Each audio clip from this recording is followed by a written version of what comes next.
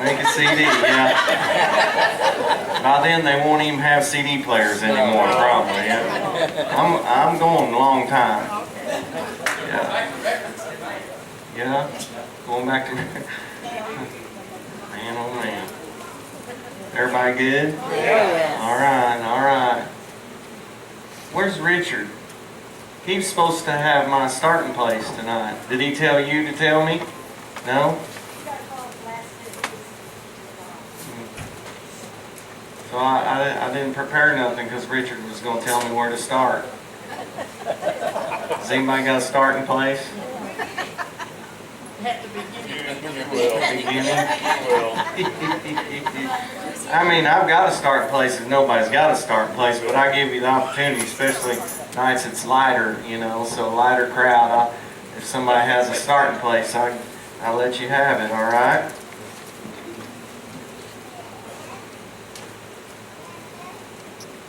Go for it.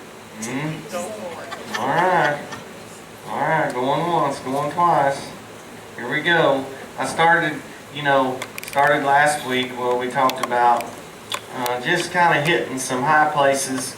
We've been here starting 9 years now, you know, so we've been here a bunch of times, and so we keep on going and just keep going further. And so I think there's a lot of stuff that I'll hit and pass by, but that I never really just focus back on because we did at one time or another. And so I just said we're for the next few weeks just setting everybody else up and catching people up that haven't been here that long, getting them ready to where their head won't completely snap when Dan gets here. So I just kind of been going back and hitting some of those high places, you know. And so last week we talked about the sovereignty of God, right? How we've said that God's sovereign, and you know, and maybe not necessarily use that word, but you know, you hear this all the time that, well, God's in control, right? God's in control. Well, you know, we've all said that. We've all believed that at one time or another. And so we just looked at what the Bible said about that, right? If the Bible says that, right? And so God, He created everything, and He is all powerful and all knowing, and He is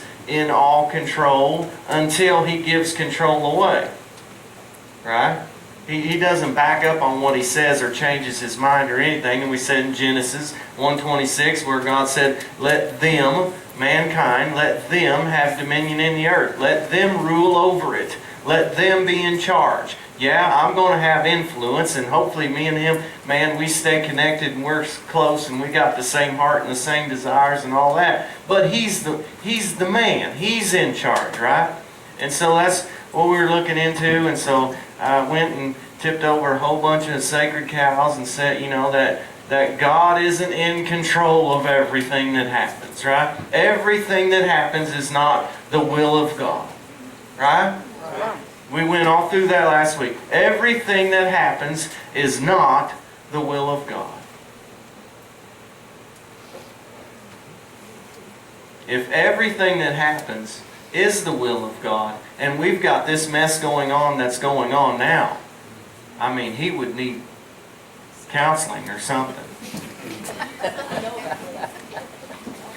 Everything that happens is not the will of God, because God gave away the authority to operate in the earth to those with a body. So if you've got a body, you've got authority in the earth, and that gives you say-so. So this religious stuff of just laying over in the corner and saying, well, whatever happens, happens. It's the will of God. He must have a plan, right? Well, there's an enemy that has a plan too. It's all the time, well, God won't put on me more than I can stand, right? Well, no, He won't. But that doggone lying shyster of a devil will. He'll try to bury you with it and rob and steal and kill and destroy and ruin you. He's got a will too. Alright? So I'm saying, the will of God is no longer a mystery. It was revealed. So I just want to give you a couple of these verses here tonight so we can say this. One of them is Colossians 1:15. Ready? Because who wouldn't like to know the will of God? Two of you. Okay. If I can get four, I'll go on. Alright? Religion has taught us that the will of God's a mystery. Well, we just don't know, all this kind of stuff. It's not a mystery, all right? Everybody good? The will of God's not a mystery. You can know God, and you can know what His will is, all right? Here we go. Listen to this, Colossians 1:15. It's talking about Jesus, capital H. He is the image of the invisible God. He is the image of the invisible God. For by Him all things were created. I could read both in the heavens and on the earth, the visible and invisible. Alright, so I got what I wanted out of that was that He is the image of the invisible God. So if you look at Jesus, you can see what God looks like. You got me? Yeah. We can know God and know what God's like by looking at Jesus. We've believed a lot of stuff about God that you can't find at all in the life of Jesus. Right. We've made up all kinds of theologies and belief systems and things that we've believed about God and all this stuff that you cannot find in the life of Jesus. We should base what we believe about God. Okay, let me read you one here. Let me read you this one. Let me read you this one. Hebrews 1. Very beginning. Hebrews 1. God, after He spoke long ago to the fathers in the prophets, in many portions and in many ways, and He used to speak to them by the prophets and all, the fathers is what He's saying. In these last days, He has spoken to us in His Son, whom He appointed heir of all things, through whom He also made the world. And He, capital H, is the radiance of His glory and the exact representation of His nature. Jesus, let me paraphrase it for you. Jesus is the exact representation of the nature of God. It's been revealed. He's been revealed. It's no longer a mystery. We can know what the will of God is by looking at the life of Jesus. Right with me? Yeah. So I say this, because we led into this last week, because I always seem to get on it because I like it so much. But we say, is it the will of God for everybody to be healed? Yes. Come on, is it the will of God for everybody to be healed? Yes. I'm not asking you what do circumstances say, or what does our past history say, or what does statistics say. I'm saying, is it the will of God for everybody to be healed? We can look at no other piece of information to gather the truth from that, except by looking at the life of Jesus. Because our history hasn't declared that. Our circumstances haven't declared that. Our doctors and our reports haven't declared that. So how in the world can you say that? Well, just because we haven't lived in it, just because we haven't experienced it, just because we don't have proof of it yet, does not mean that it's not the will of God. That's right. Because now we have to look at Jesus to find the will of God. Correct? Did He reveal Himself through Jesus? Is Jesus the exact representation of the Father?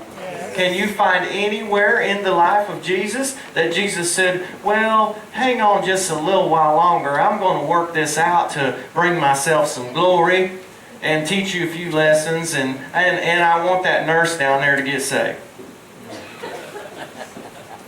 Now, I'm not saying He don't work it all out, tie it all together, and do all that, and use all that, because He's just good, and He's God, and even in our messes, He can turn it around and get good out of it. He's just good at doing that. Thank God He's good at doing that, because we've been so messed up and off the will of God that it ain't even funny.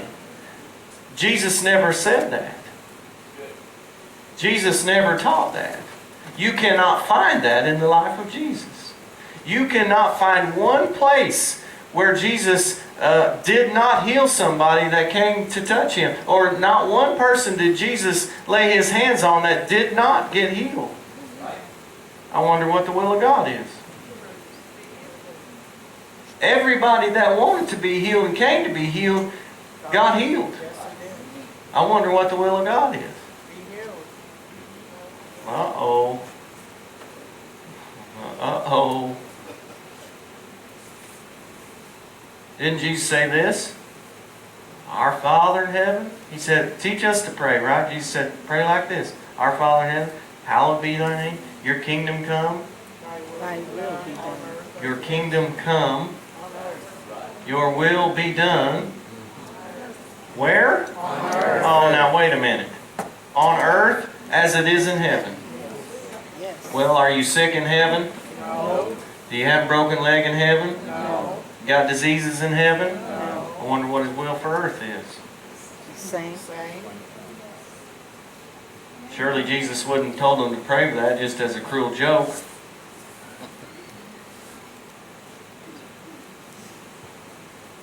I'm going to tell you, we got to start believing this even though we may not see it all the way yet. Because by believing it is what ushers it in. As long as we keep believing this mess, this religious stuff and all that, well, some get it, some don't. We don't know. It's the mercy of God and whatever. Well, some get healed, some don't. As long as we believe that, we'll live in that.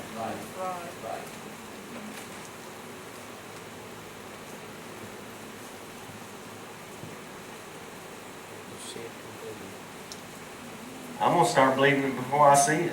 Amen. And if you believe it, you'll go after it. And if you know that it's yours, you got something to fight for. If you don't know it's yours, well, maybe you do, maybe you don't, right? See this knife? Hold my knife for me, will you? No, I'm not giving it to you. You just hold it for me. Now, Tyler's got my knife, right? Now that's my knife. Everybody saw me give it to him, right? But now Tyler, if he was a little shyster and little thief there, he'd say, well, this ain't your knife. You can get them knives anywhere. That ain't your knife, and you can't prove it's your knife. I say, now that's my knife, and I know that's my knife. But he can say, now, your name ain't on it. You can buy these knives any place. You got no proof that that's your knife, right? I would have to say, well, yeah.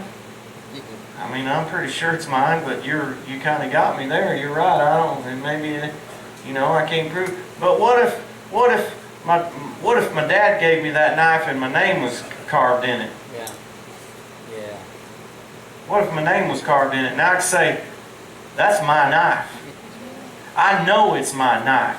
And you're going to give up my knife because now I've got proof that it's my knife, and me and you go into the dirt until I get my knife. Right? See, by knowing that it's yours, how much bolder you've got a place to fight for? I know that it's mine, and I'm going to do whatever I can take to get mine. If I'm not sure it's mine or not, you see? I might still thump him, but I wouldn't be just exactly right in it, He's little, but he's a bull rider. He's tougher than he looks, I'm probably pretty sure. You see what I'm saying? You've got to know whether I've got it in my hands yet or not. I've got to know that's mine. And if I know it's mine, I'm going to do whatever it takes. If I can't whip him, that guy that sits by him, usually you seen how big he is? I'll go get him. I'll tell him. I'll go get Big Brother. If I can't handle it, I'll go get Big Brother because that's my knife and I'm going to do whatever it takes to get my knife back. It's been stole from me. What about our health? What about our life? Been stole by a rotten liar. It does not belong to him. He's violating the Word of God. Yes. And we've sat around not knowing, well, I don't know, maybe it's the will of God. I don't know. I sure thought maybe God would deliver me from this or heal me of that, but it ain't happened, so I don't know, maybe it ain't His will. He's sovereign. He has a plan. He'll work it out. I'll just suffer along. And the thief just laugh and laugh and laugh and keep your knife in his pocket. I'm telling you, life and health is yours. Amen. Life and health is ours. It belongs to us. He scratched our name in it. It's not a matter of whether it's His will maybe this time or we'll see if we can get God to do it. He's already done it. How can it even be a question of His will? He already did it. Yes. That's right. I know I've pounded this. I'm going to keep on pounding it. Because if you'll get bold and know it, and you're knower, then you've got ground to stand and fight on. Is anybody here? Yes. Is it the will of God to heal? Yes. Is it the will of God for us to be healed? Yes. Well, Jesus is the exact representation of the Father. So let's just see what Jesus says about it. Do you want to? I'm going off of little scribbles here, so hopefully I can read it.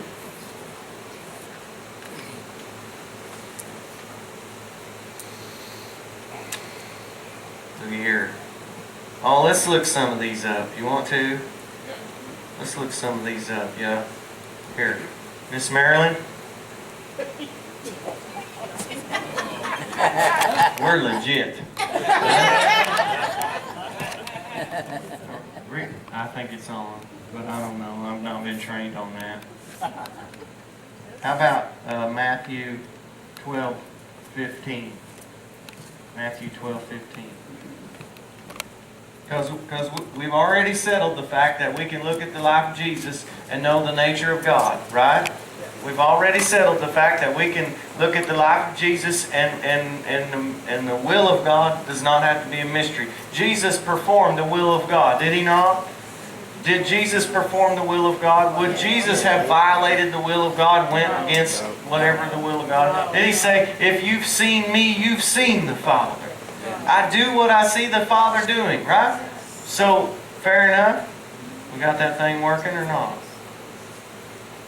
Alright. Try it, see. Give us a little auctioneer in there to see if Matthew 12:15. Matthew 12:15. But Jesus knew what they were planning, so He left that area, and many people followed Him. He healed all the sick among them. How many? All. All? All the sin. A-L-L? Yes. Healed them all. I wonder what the will of God is. Well, let's look. Now don't just go off of one, right? Let's see. Who's got one over here? These digital people over here. Luke 4:40. Luke 4:40. Whatever brand you look at here. He's got one. He's got one.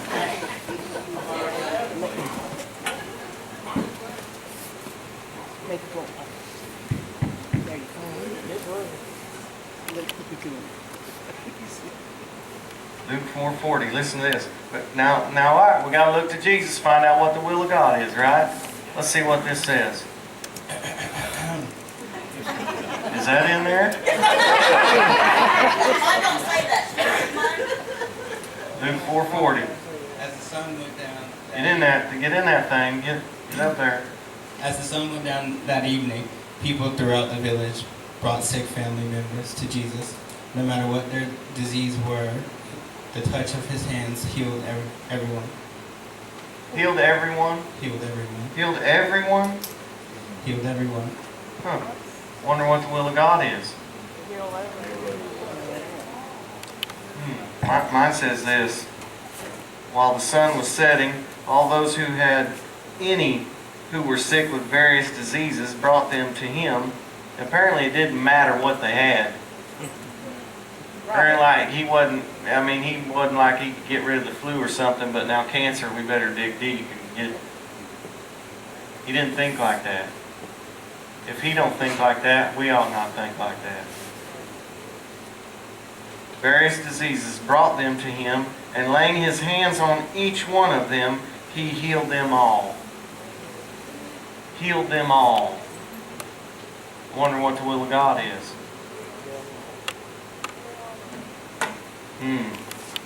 All right, that's two. Let me give you another one. Luke 6:19. Who's got that? Luke 6:19. About three witnesses here. Luke 6:19.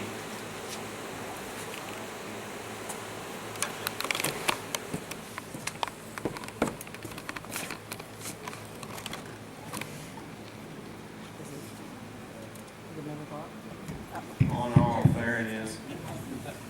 6:19.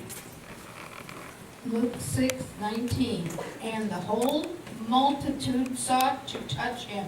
The power went out from him and healed them all. Oh, there it says it again. Now I could just find one verse and make up something and twist it around and try to make up some kind of new doctrine, right? I could give you a whole bunch more. Maybe we ought to start believing what we believe based on who He is. Amen. Because you say, well, now wait a minute. You can't say that because not everybody does get healed. You know why not everybody does get healed? Because we believe not everybody does get healed. Maybe we ought to change what we believe. They say, well, I'm not going to believe that until I start seeing it. Well, you ain't going to start seeing it until you start believing it. What if we just start believing it, regardless of what we saw? I say it like this. You know, before I was just a good old religious boy. I was in church every time the doors open, you know, and we believed all this mess I'm talking about. See, I'm not making this up or going off somebody else's. I'm telling you this stuff that you think I'm hard on and make fun of. I believed every bit of it. Alright? I ain't being any harder on anybody else more than I am me. I believed all this mess I'm talking about. That's how I know what I'm talking about. It don't work. Right. And so I say, well, yeah, we believe God can heal. But it says in here that those promises and stuff are for the righteous. Well, I'm out. Right? I'm out. So that's what I thought. Well, yeah, He heals, but, you know, I know me. I'm not qualified for it. He heals them good people, probably. Right? And so I thought, well, he can heal. I don't doubt His ability whatsoever. But really, I've never seen it. Hardly ever. If ever. If we did, we give the doctor credit, you know. They had their hand in it. I never saw miracles. Never saw just somebody laying hands on somebody and they getting healed. Never saw that. Even though I believed that God could. Right? So I was basically almost 0% of seeing victory in my own or people's lives. Almost 0%. Right? Let's say now that He's shown me and I've got some truth here and I've started basing what I believe on the life of Jesus, I believe that it's the will of God for us to have total victory. I believe it's the will of God for us to have total victory. I do not believe for 1 second that it's the will of God for the devil to have a little bit of oppression on us, right? Just to kind of keep us pressured so we'll act a little better. I believe it's the will of God for us to live in total victory, total health. I believe in healing, but I don't even believe that the ultimate will of God is for us to have healing. I believe the ultimate will of God for us not even need healing and be so renewed in our minds that we live in health. Yes.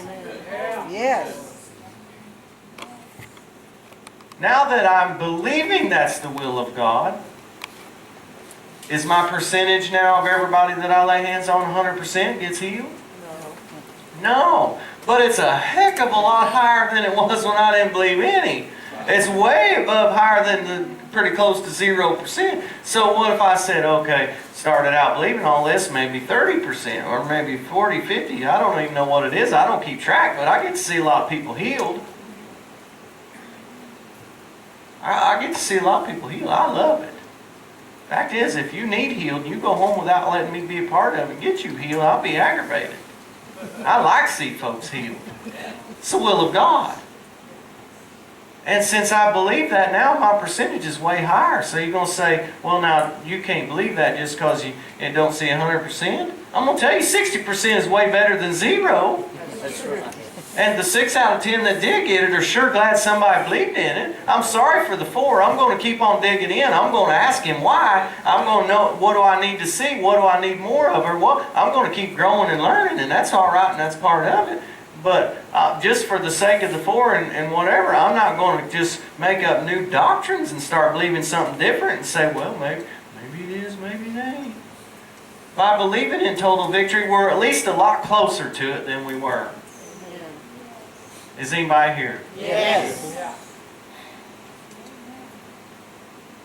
I'm just telling you, I'm just putting another layer of paint on the barn, saying it is absolutely, by the authority of the Word of God and the life of Jesus Himself, it is the will of God for us to be healed. Yes.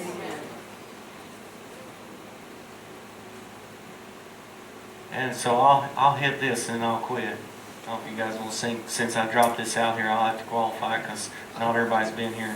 So I said, well, yeah, it's His will. If He can heal those righteous folks, and promises in here are for the righteous folks, right?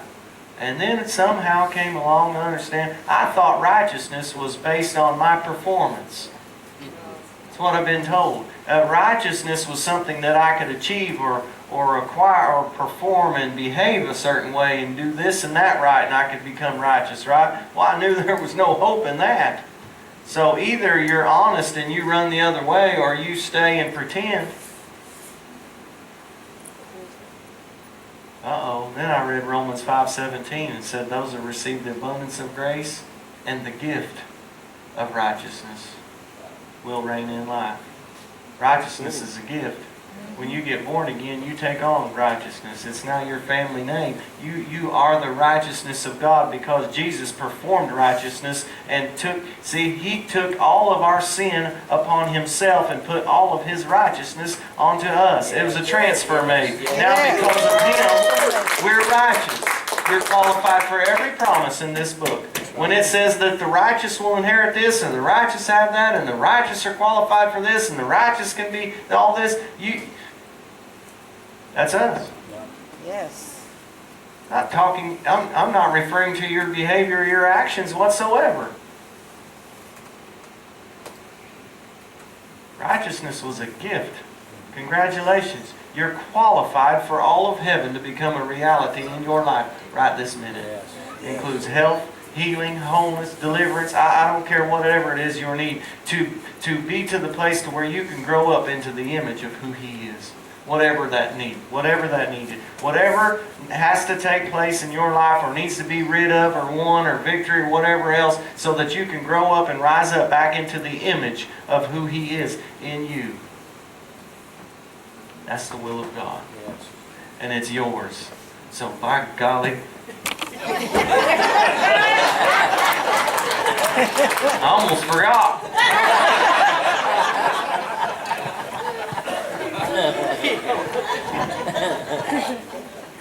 Indian giver? Yeah.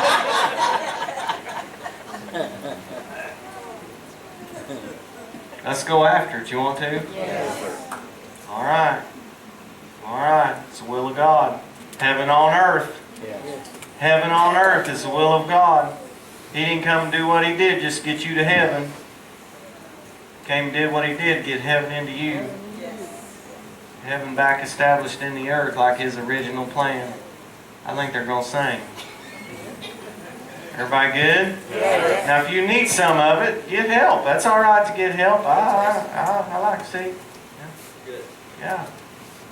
I'm saying, I'm growing in it too. Do I see it immediately every time? No, but if I don't get mine pretty quick, I'm going to go get help.